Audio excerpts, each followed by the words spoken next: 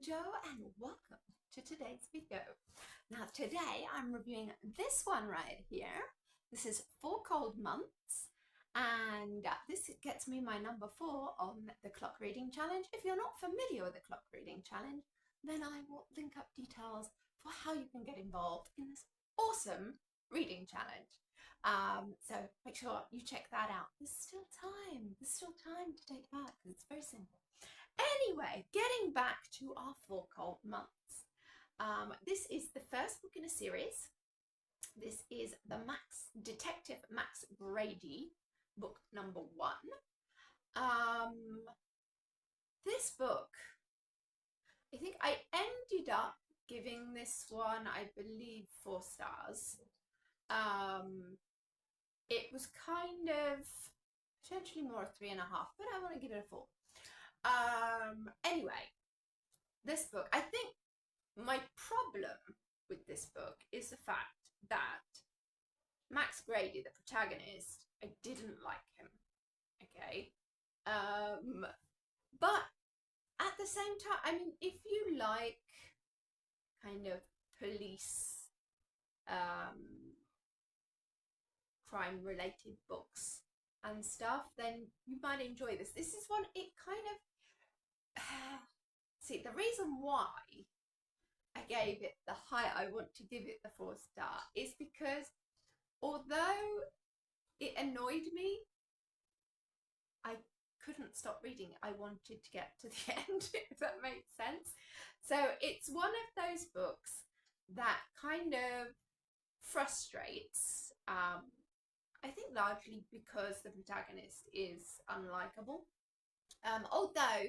Although you do learn more things about him through it which make you understand him a bit better, but a lot of his behavior and stuff is just like, I don't know. Anyway, yeah, so in this book we have Detective Max Grady, who obviously has a lot of personal baggage, which I presume throughout the series we're going to get more and more into that as we go along. But yeah, this woman has disappeared, and it's all a little bit weird, because apparently she often goes like off the grid for a bit or whatever. Her family, though, starting to get worried because usually she touches base and stuff, and then they get a ransom. So, you know, she's been kidnapped and stuff, but it's very, they don't really understand what the kidnappers want, because they don't really understand the kidnappers' note for them in it all. I would say, yeah, there's a lot of angst in this.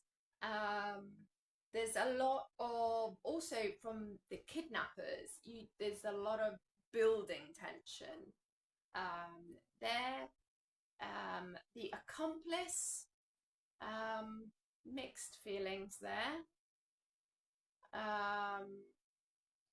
Just like in general, but the reason I think that I liked it and I can put it down because I like when books make me think about stuff. Okay, this book has a lot about like family and family ties, responsibility connected to family and stuff, and making choices for or against family ties and things. It brought up a lot of stuff, and I like that. I like that because I like books that make me think about stuff also from like a personal point of view. Yeah, it's one that makes you think about things. Even, you know, the fact that she goes off and disappears and stuff. See, I don't want to give spoilers. I don't want to give spoilers. So, see, we could do a whole book club kit on this one, I feel. This definitely lends, because there's lots of talking points. there is lots of talking points in this, because there's so many things that come up that you can discuss further about whether you think, you know, it was the person was right to do the things that they did, and you know why they did them, and all that kind of stuff. So definitely opens up for discussion. Again, this is the first book in the series.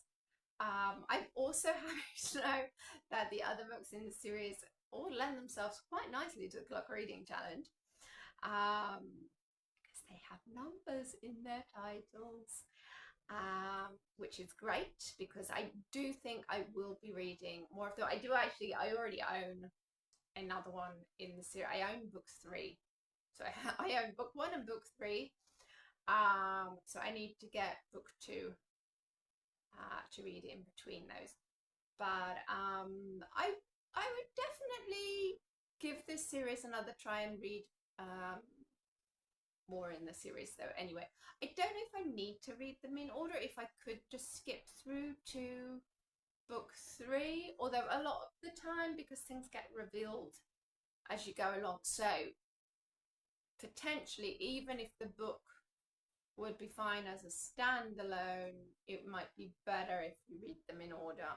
Generally I find that with series like this, because you learn more about the main character. For example, maybe I might not dislike the main character as much if I find more out about him doing so. I'm gonna have to buy 2 on it.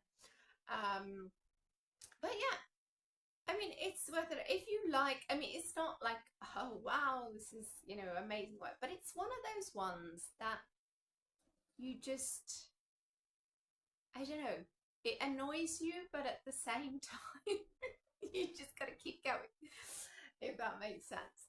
And yeah, I did feel like a few things weren't wrapped up. I'm guessing because that's part of the series, and so potentially they might get wrapped up in the next book.